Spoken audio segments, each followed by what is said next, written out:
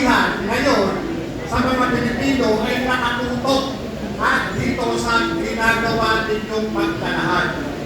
Sa mga ipinakita ninyo, doon sa mga ipinuwento ninyo, mayroon akong tanong. Sino dito yung may kaugnayan sa delivery ng mali-malitang pera sa Diamond Hotel? Kung meron magtaas ng kamay. Kung wala naman, susunod na tanong. Sino dito ang may kaugnayan sa pagdadala ng mga malitang may lamang pera kay Bongbong Marcos? Pakitaas ang kamay. Pakitayo lang po yung magtaas ng kamay. Pakitayo lang po. Okay. Yung nandito sa kanan, ano ang kaugnayan mo doon sa pag-deliver ng pera na nasa maleta kay Bongbong Marcos? Mali po kasi nung time na yun, sir, May 2022. Kami po yung nagdala ng 5 maleta na large Horizon Homes. Dinala po namin sa Delta Gate, hangar sa Pasay City. Isinakay po namin sa Lexus na itim na plate number NFX 8886. At sa kabilang apat po namin ng Hilux na bulletproof din na black, plate number Eco Alpha Foxtrot 7121. At yun po yung dinala nila Sergeant Tube at sa kanyang boss Sergeant doon sa Ilocos. Doon sa sinasabing dinala mong maleta, natatandaan ko ba kung sino-sino ang kasama mo na nagdala nito? Yes sir, ang driver po namin noon ay si dati kong kasama na si driver Nelson Paira. At saka yung backup po, si Ronnie Sibilla po. Hindi ko matandang kung sino yung nakaupo dun sa backup. At itong mga kasama mo, mga ano rito, pakuhan dito. Kasama ko po, empleyado po ni Boss Tati ko. At itong mga ginagawa ninyo, pagdadala ng maleta, nadagdala ng pera, sino ang nag-utos sa inyo?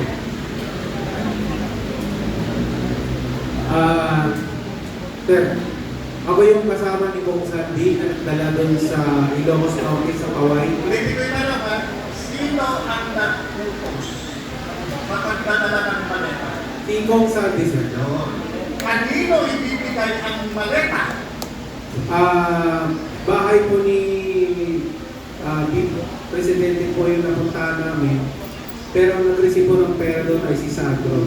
Pero after nung gabi, nagtina po sila ni Kong Sandy with BBM on first meeting. Nabanggit nyo kanina from Horizon, dinala nyo sa hanggang, tama? Yes po, tama sir. Ilang maleta ang dala ninyo? 5 sir, 5. Kung natatandaan ninyo, yung 5 maleta, ano-ano yung mga sizes dito? Isang sizes lang yun, sir. Estimated ng laman ng is 50 million pataas. 50 million? Yes, sir. Okay. Itong 50 million na ito, dinala nyo sa hanggang, inipan nyo sa hanggang? No, sir. Nag-flight po kami ni Kong Sandy with air taxi via plane. Maglapat po kami sa Lawag Airport. Isa na kayo sa aeroplano. Yes, sir. Ibig sabihin, merong billing ito, airplane billing, tama ba? Yes, sir. Nasa inyo yung kopya ng airplane billing. Ano po niyan, sir, is si Martin Rowantes po. Ang ng plane namin, sir. Private plane. Pakiulit ka, saan yun dinala? Sa Lawag City, sir. Nag-flight kami, sir, sa Lawag. Then dinala namin sa Kaway, sir. Pagdating sa Lawag Airport, pagkakaano kayo nag-transport? By boat? By land? By land po, sir. Bali, may sumundo na po sa amin doon ng mga PNP. Uniform personnel, sir. Uniform personnel aside saan? Aside po ni President Marcos. Ano ito? Mga PSPG? Provincial? Na, sir, kasi may nakita ko may SWAT na, sir. Nag-escort sa amin. Yung mismong tumanggap, yung mismong kasama nyo na sumalubong sa inyo, ano ito? Anong unit? Kung alam ninyo, ha? May SWAT sir at saka local PNP siguro, I think, prestige sir. Okay, so pagdating to, magmula doon sa airport, dumiretso kayo sa? Kapag dumiretso? Sa bahay ni, sir, Bongbong Marcos sir. Sa bahay ni Bongbong Marcos. Yes sir. Papaano yun na lamang bahay ni Bongbong Marcos? Binanggit po lang sa akin ni kung saan di ko punta kami sa bahay nila sir. Sinabi ng boss mo. Yes sir. Pupunta namin po yung bahay ni President Bongbong Marcos sir. Yung boss mo na si Sandy ko. Yes sir. Okay, pagdating doon sa bahay, sino ang sumalubong? At Ang sino sumalubong? ang tumanggap nung dalalit nung maleta? Ang sumalubong sa amin sir ay si Kong Sandro. Siya po yung nag-receive. Actually may picture kami niya sir. Pakiulit mo ba ulit? Sino itong Sandro na ito na sumalubong? Na tumanggap ng maleta na naglalaman ng pera? Sino itong Sandro na ito? Congressman Sandro Marcos po, anak po ni President Bongbong Marcos. Paano ka naman nakakasiguro na itong tumanggap ng maletang dala-dala nito mula Maynila ay itong si Congressman Sandro Marcos? Sir, may picture po kami ni Kong Sandro po sa bahay.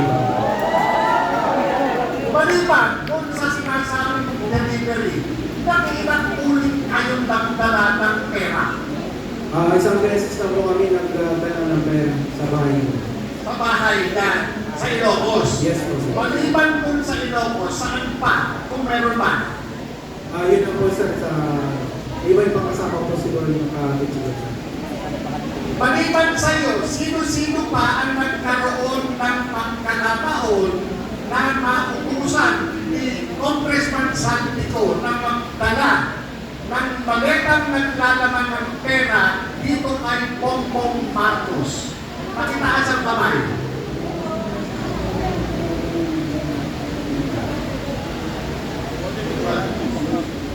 Wala na?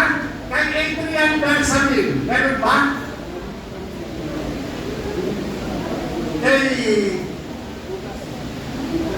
Kay Lisa Marcos, meron ba?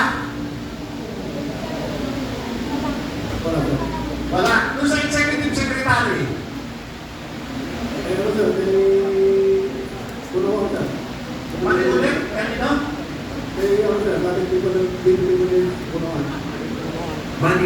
Kay Secretary Manny Puloan. Yes po. Ano ang kaugnayan ni Secretary Manny Puloan dito sa sinasabi ko?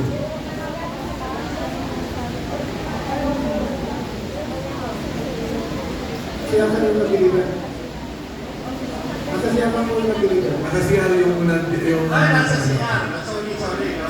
Maliban po kay Manny Puloan, mayroon bang senador, ha? Na nagkaroon kayo ng pagkakataon na mautusan na magdala ng maleta? Mayroon ba? Taas ang kamay. Sir, sa may Senador Tito Soto, kanina sir nabanggit na yan. Meron? Senador Tito Soto, andyan yung slide nung atin, kaya po rin. Kaya Senator Tito Soto. Ay, kanina. Ayun. Search may itong may Senador Tito Soto, hindi ikaw yung nag-deliver ka, di ba? Tama? Bali, advance party kami sir sa team namin. May advance party, may close-in, may marketing. So, kami yung team advance at namin. Nagdala ka ng maleta.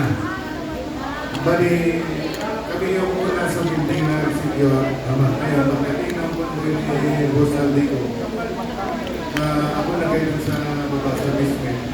Tapos, binaba ng tropa yung malita. Tapos sila ni Boss, bakit sa elevator, binaba nila ang malita. Tinulungan mo. Yung kasama ni Congressman Santico at that time, active police officer. Yung isko niya na si Police Major Romero Dichoso. Dichoso. Saka yung si Paul Estrada. Ito bang si Dichoso, si Major Dichoso, active pa to? Pinili sa PSPK. Active pa, anong unit na ba yun? PSPK na lang po dati sa PSPK. PSPK. Wala na. Pero ngayon, Hindi ko na monitor siya kasi ito yung sinasabi na security officer, itong si Congressman Santiago. Opo, sir. Ito rin ba yung kaparehong tao na kasama doon sa nagdala di umano ng maleta sa tanggapan ni Tito Soto? Opo, sir. Kasi kasama isa doon sa convoy. Siya yung close friend doon ni boss. Siya yung ISO. Saka kasama siya sa elevator packet. Meron akong gustong linawin dahil mayroon akong napanood na ayon dito kay Senator Tito Soto na hindi umaloktas siya yung limousine doon sa parking building kung saan yung sinasabi mo na umikot pa. Ano ba yung totoo nun? Yung dumiretso sa labas at umikot doon sa Kasi restaurant? yung sa side o sa picture, yung entrance papuntang lobby. So sa sunod, yun yung papuntang basement. May video ako niyan, sinend ko dun sa driver, sabi ko kasi balik ko. Kasi yung service kit dyan, GMC, yung bulletproof na GMC. Ibig sabihin, so ito no, dahil napanood ko yung video, yung nagpapaliwanag si Senator Soto at sinabi nga niya, wala siyang mark na executive assistant at yung sinasabi na yung kanyang naging executive assistant ay matagal ng patay. Ngayon, inulit ko yung yung testimonya ko at doon ko nakita na itong sinasabi kong mark ay mark Tiksay. Mark Textile. Tama ba? Ako. Ngayon, balik ulit tayo kung sa sinasabi kong maleta. Ilang maleta yung dinala kung sa sinasabi ninyong building, building di umano ni Tito Soto. 5, sir, 5. Di ba? Ano ito, magkakapareho ng laki? Opo, large. Malaki po. So kung ito large, naglalaman ito ng 7 meter, 70 meter, tama ba? Opo, sir, sa estimated na laman niya. Kung ito ay 5, mayroong 350 million. 50 to 70, pero yung laman doon, 48 na sa estimate. Meron ba sa inyong nasabi itong ako ninyo kung para saan yung dala-dala ninyong pera? Dahil na sinasabi nito si Tito Soto na wala siyang pwesto noong mga panahon na yun. Siniglan siya. Yung time na yun, sir, may picture ako, April 24, 2025. Nakita niyo sa slide na yan, sir. Okay? Yan si Robin Padilla, yung advance team ko. Ito nakatayo na ito. So, ito yung building. Yung sa ano yan, sa entrance papuntang lobby. Okay. Elevator. Dito ba dumaan sila? Hindi po, doon sa lobby Sa baba? Sa baba. So, itong building na to, anong floor? Kung alam mo anong floor yung tanggapan ni Tito Soto dyan sa building na yan? Dalawa na yung nag-i-impedihan dyan sa 4th floor. Saka yung isa, hindi ko masyado yung anong floor. Fourth floor. Ako. Noong dinala nito yung maleta, nakarating ba sa kaalaman mo na itong maletang ito ay naibigay kay Tito Soto? Kung meron Opo, sir, kasi kasama po si Busal Ligo na umakyat sa opisina. kasama ka. Hindi po, kami sa baba po ako. Sa baba. Ibig sabihin, ang tanong ko, kung nakarating ba sa kaalaman ninyo bilang security ni Saldico, kung itong dala ninyo kung maleta ay natanggap ni Tito Soto. Nagtangka po kasi Natanggap. Yun na lang gusto ko malaman kung natanggap o hindi natanggap. So natanggap. Nagtangka. Sabi natanggap. Ngayon, maliban doon sa delivery na yun, naulit pa yun. Ayun din yung participation ko dyan. Yun lang ang participation mo. Ngayon, gusto kong balikan yung tungkol dun sa media. Pwede ko bang malaman kung sino yung Arnold Clampio na binabanggit ninyo? Ano ba yun? Tao ba yun o tao? Tao ba yun o ano, panika? Baka panika lang yun, ha? Idol club niyo po yung nasa media. Eh, saan bigka? Kung ito Sa bigka, JP po, marami JP. na silang nakapareho ng pangalan. Marami Yes, so, yes ako po, JMA. DNA. Yes po. Ano siya sa DNA? Kung alam mo ha, ano siya sa DNA? Angkor po. Angkor. Ibig sabihin kung Angkor, may programa. Yes po. Ano yung alam mong programa na pinag-aangkiran niya? JMA yes po, tsaka pangalan niya po Igan. Kasi kilala ko po siya. Alam ko po siya nakikita sa TV. Okay. Ayon sa'yo, ano ba yung kahugnayan nitong si Arthur Clavio? Bakit nabanggit ko kanina? Kung pwede mo bang pakiulit sa akin? Siya po yung mga laki kamiting ng ni Boss Bernard. Ano naman ang kaugnayan mong pinag-uusapan natin ngayon? Kung lagi ng isang kamiting, ano meron? Yun po yung mga meeting nila na yan. Ay, mga, siguro may mapahapon si Boss Dexy minsan na linggo, may mga mahapon siya ng mga balita. Kaya po, tapos monthly po yung panyan, may monthly po yung paper bag yan. Yung maliit lang. Ibig sabihin, may involved na pera, tama ba? Yes po. May involved na pera, gaano karaming pera? Maliit lang po paper bag. Paper bag. Yung paper bag, gaano karami ang laman? Ang nagbibilang po na is yung kapatid ni Bernard Peralta na si Alero Peralta. Ako po yung driver niya kasi maaga pa po. Maaga po yung meeting na yun palagi. Alam mo, mga 7 o 6. Yun na,